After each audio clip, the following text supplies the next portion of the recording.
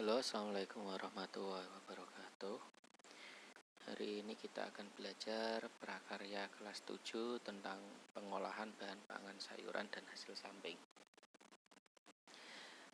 Ini untuk peta materinya ya, pengolahan bahan pangan sayuran menjadi makanan dan minuman kesehatan.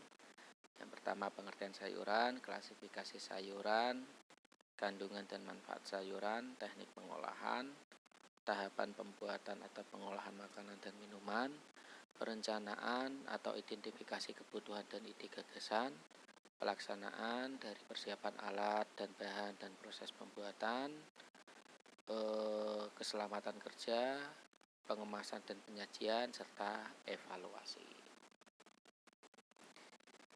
Pengolahan pangan sayuran menjadi makanan dan minuman kesehatan. Oke. Pengertian sayuran ya. Menurut ilmu pertanian, sayuran termasuk tanaman hortikultura.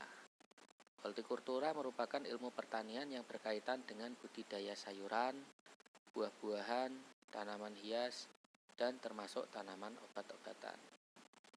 Sayuran adalah bagian dari vegetatif dari tumbuhan yang dapat dimakan baik secara segar maupun melalui pengolahan dengan cara dimasak. Sayuran mempunyai kadar air dan serat yang tinggi sehingga umumnya mempunyai umur yang relatif pendek, mudah rusak dan tidak bisa disimpan terlalu lama jika tidak diperlakukan secara khusus. Sayuran tidak dapat dipanen setiap saat karena sayuran merupakan tanaman musiman. Tingkat kematangan dari sayuran mempengaruhi sifat fisik sayuran. Maka setiap jenis sayuran memiliki sifat fisik yang berbeda mulai dari warna, rasa, aroma, kekerasan, tekstur, dan penampakan.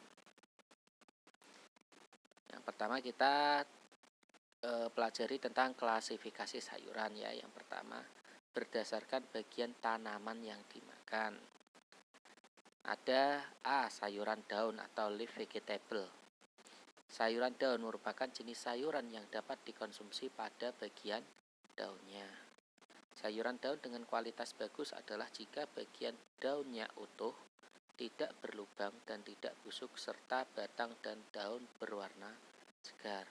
Contoh sayuran daun adalah bayam, kangkung, sawi, kubis, daun kemangi, daun melinjo, daun singkong, pokcai, poh-pohan, dan lettuce atau selada. Nah, berikut ini gambarnya ya. Dari atas itu ada bayam, ada kangkung, ada sawi, ada kubis, ada poh-pohan, ada selada. Terus yang kedua, sayuran batang, stem vegetable. Sayuran batang yang dimanfaatkan adalah bagian batang dari tumbuhan yang terdiri dari buku dan ruas. Buku merupakan tempat menempelnya daun.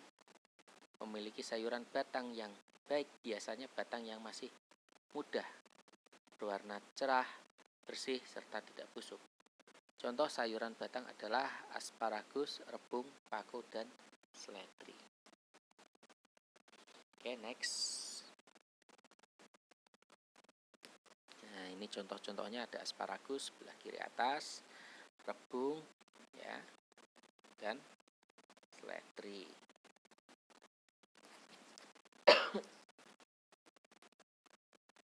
Sayuran akar, C. Root vegetable. Sayuran akar berupa umbi-umbian karena umbi merupakan akar menggembung. Sayuran akar banyak mengandung karbohidrat dan berbagai nutrisi sehat lainnya. Sayuran akar yang baik adalah yang sudah berumur cukup, ukurannya besar, tidak tumbuh tunas, dan tidak ada bagian yang membusuk. Contohnya adalah kentang, wortel, lobak, bit, talas, ubi kayu, ubi jalar.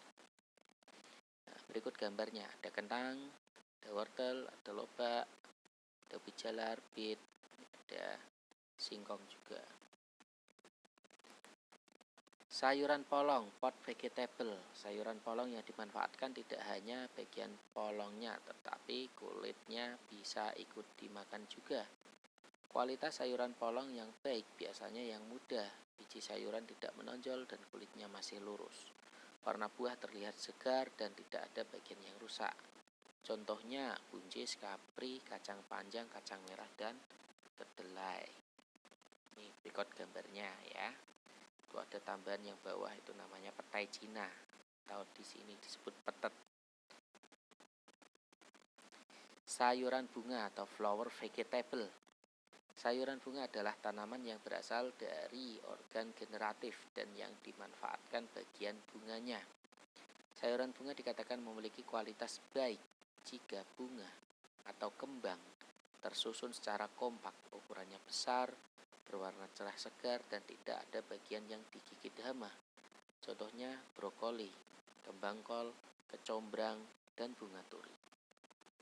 Berikut gambarnya.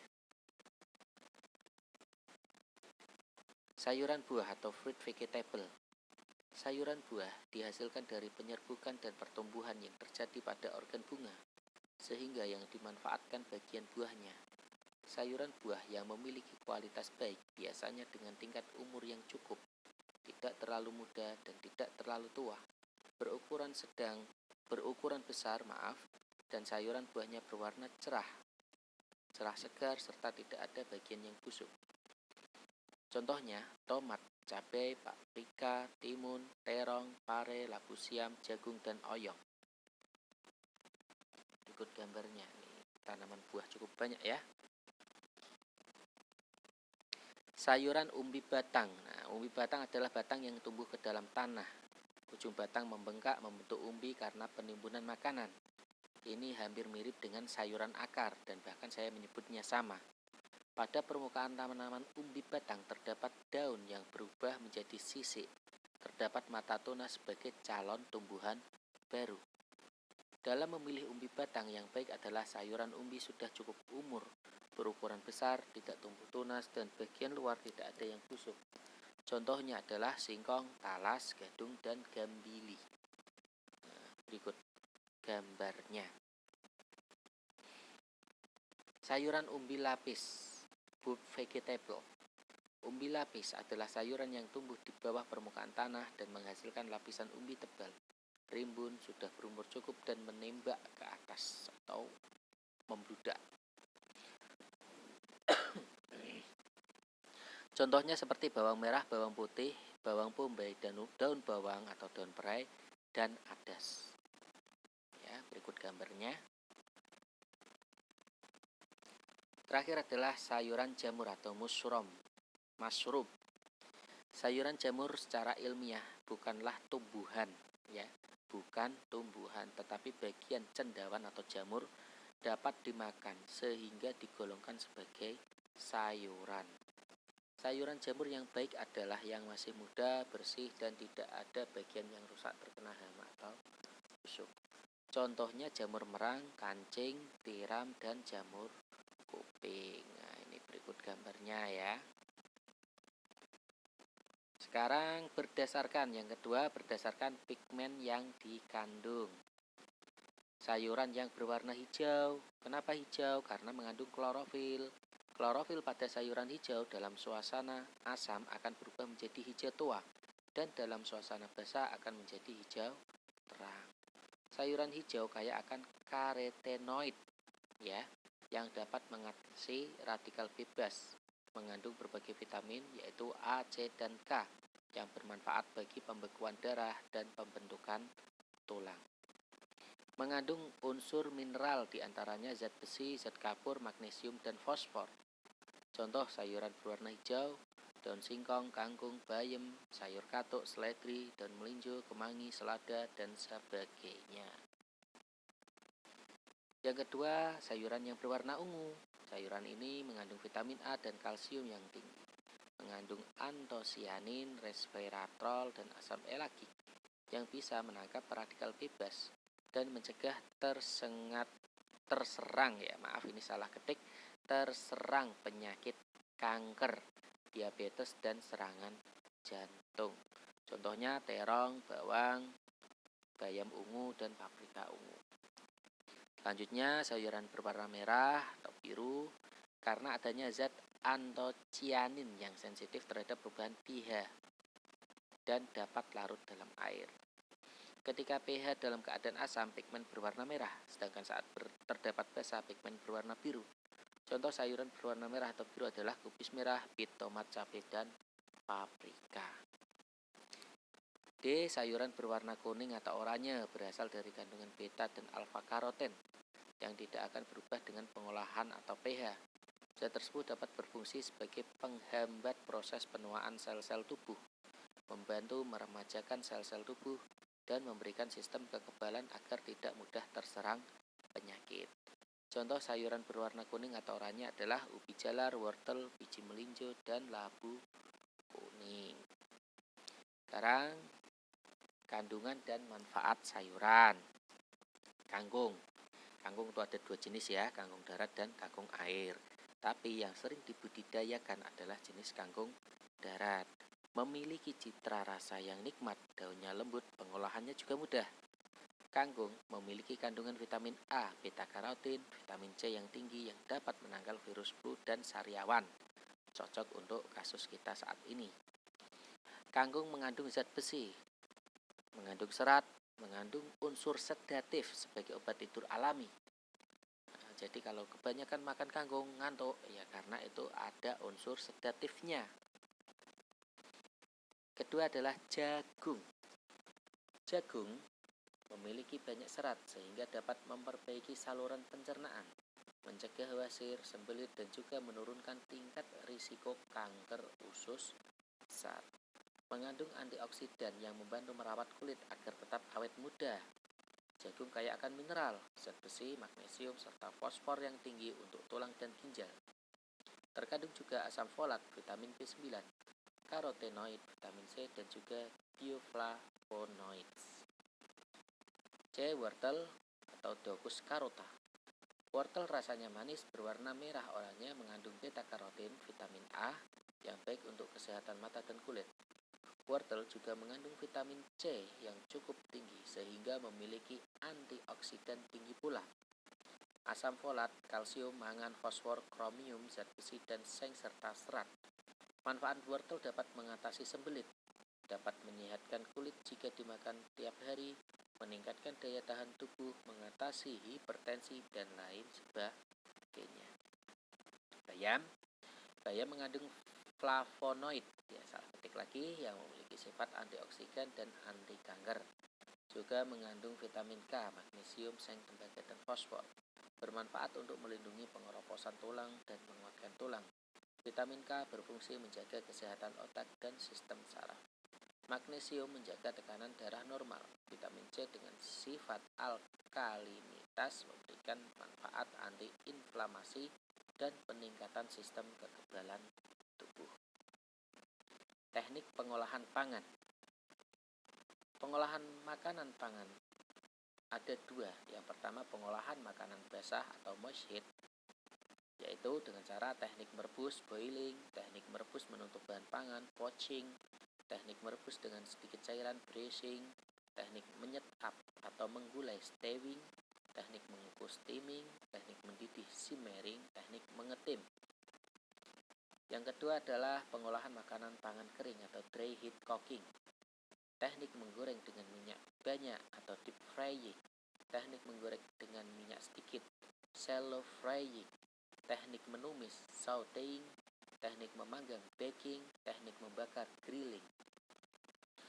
Juga ada teknik yang lainnya, yaitu teknik pengolahan seperti menghaluskan, di blender, diparut, diulek, mencampur seperti rujak, salad, menyaring atau memerah santan, tidak dimasak atau langsung dimakan mentah. Raw food. Raw itu artinya mentah, food makanan. Ya, masih banyak teknik yang lainnya, sangrai, mengasap, dan lain sebagainya. Pembuatan pengolahan bahan makanan sayuran menjadi makanan dan minuman kesehatan, yang mana tahapan-tahapan ini akan saya bicarakan secara garis besar, sehingga tugasnya nanti kalian akan membuat contohnya. Tahapan pengolahan bahan pangan sayuran menjadi makanan. Pertama, pasti ada perencanaan. Identifikasi dulu kebutuhannya. Kita butuh apa? Yang kedua, setelah kita butuh apa, ide dan gagasannya nanti mau diolah seperti apa. Setelah itu pelaksanaan. Sudah ada identifikasi kebutuhan, barangnya ada atau tidak, terus nanti ide gagasan mau dimasak seperti apa. Nah, itu pelaksanaannya, dipersiapkan bahan dan alatnya. Setelah itu proses pembuatan dari membersihkan, meramu tadi bahan-bahannya dengan bumbu-bumbunya. Setelah itu dimasak. Ketika sudah masak, baru ada penyajian dan pengemasan. Penyajian ketika mau disajikan dan langsung dimakan, pengemasan ketika akan dibungkus atau dijual. Setelah itu diadakan evaluasi kekurangannya di sama juga tahapan pengolahan bahan pangan sayuran menjadi minuman kesehatan. Nah, kita pasti banyak mengenal ya jus-jus kesehatan atau minuman-minuman kesehatan yang lainnya. Sama perencanaan dan pelaksanaan, ada dua seperti di atas. Penyajian dan kemasan. Ini terakhir, penyajian atau kemasan menjadi peran penting dalam usaha makanan cepat saji. Kemasan akan menjadi daya tarik konsumen atau pembeli. Penyajian atau kemasan tradisional terbuat dari tanah liat, buluh bambu, maupun daun-daunan. Seperti apa?